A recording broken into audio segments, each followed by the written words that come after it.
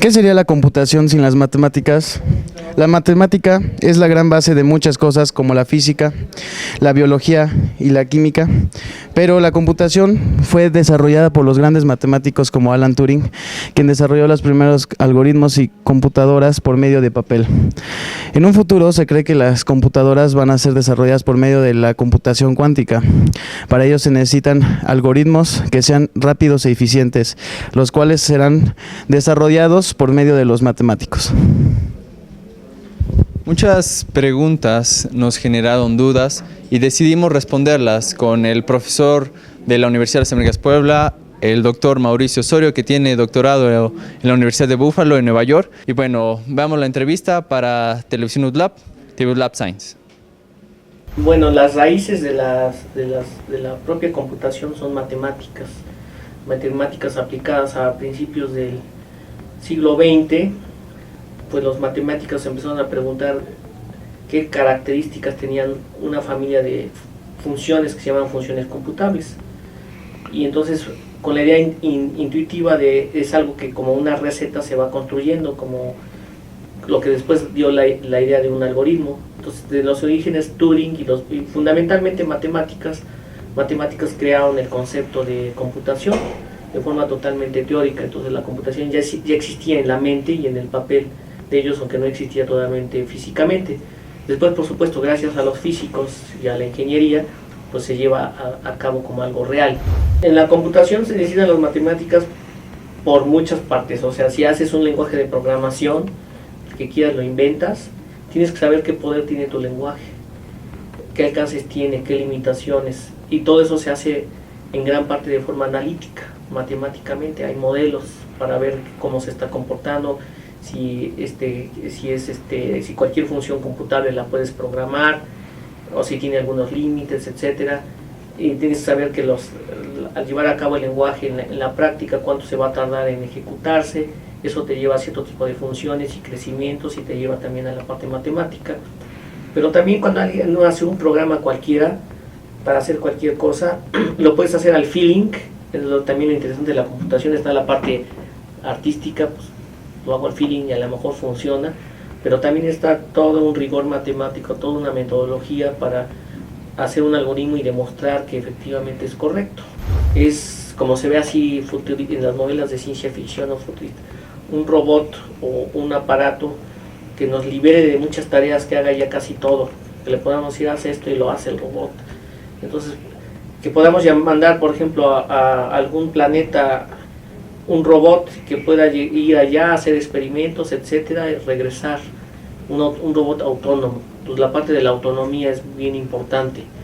Un robot que no le tengas que estar diciendo cada ratito haz esto, haz el otro y nada más esté ejecutando tal como lo que estás diciendo, sino que le puedes decir, mira, tienes que ir a hacer esto. El robot puede hacer toda una planeación.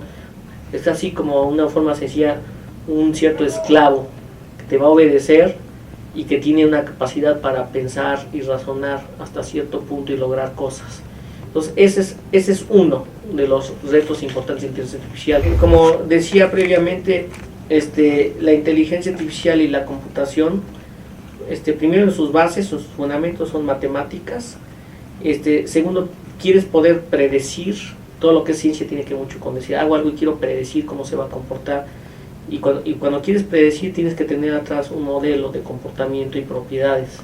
Y eso te exige entonces un análisis matemático. Puedo llegar a esto, puedo lograr el otro. Qué límites tiene, qué alcances tienes, cómo tener todo el modelo en papel y poderlo utilizar para ver hasta dónde vas a llegar. Entonces, en la inteligencia artificial, como un ejemplo concreto y de los muy interesantes, es como decíamos, que un robot puede hacer razonamiento, pueda razonar, pueda planear y decir, quiero llegar acá, necesito llegar a un paso intermedio, cómo llego a este paso intermedio, qué pasos tengo que llevar a cabo, qué no puedo hacer, qué sí puedo hacer.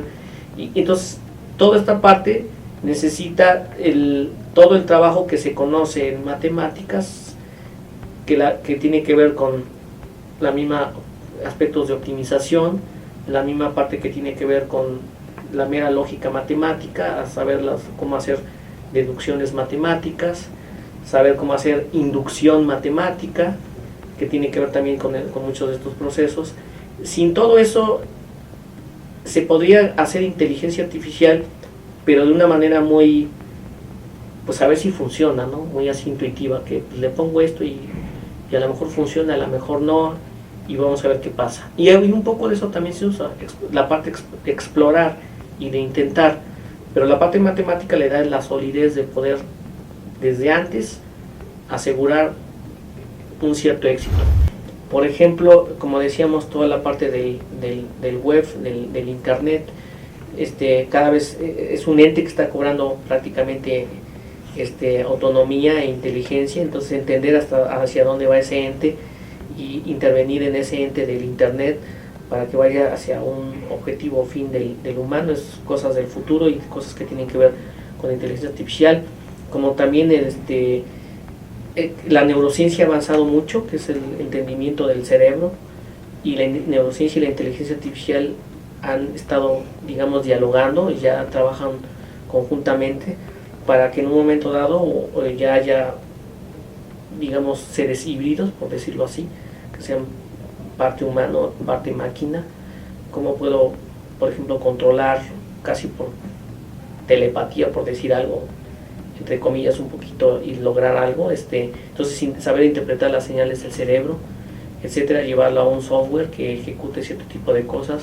Entonces, en el futuro, ahora algunos dirían que ya incluso ya somos híbridos, simplemente por llevar una laptop y por tener un celular. Por tener esos aparatos, nuestras respuestas y nuestra interacción con el medio ya no es la misma que si estábamos sin esos aparatos. Sin embargo, quizás somos híbridos en un sentido todavía sencillo, elemental, pero cada vez se va a aumentar más la interacción de los dos elementos hasta momentos ya más significativos, donde pues tengas la parte de la biónica y todo integrada, e incluso de pronto puedas tener, pues no me acuerdo de esto, y ya tengas algo directamente integrado a tu cerebro y te vas a acordar porque vas a tener acceso a una memoria terrible, y de ahí te lanzas al internet y todo nada más pensando sin necesidad de gran cosa, y vas a tener, el humano va a saltar a otra dimensión totalmente cuando eso se lleve a cabo.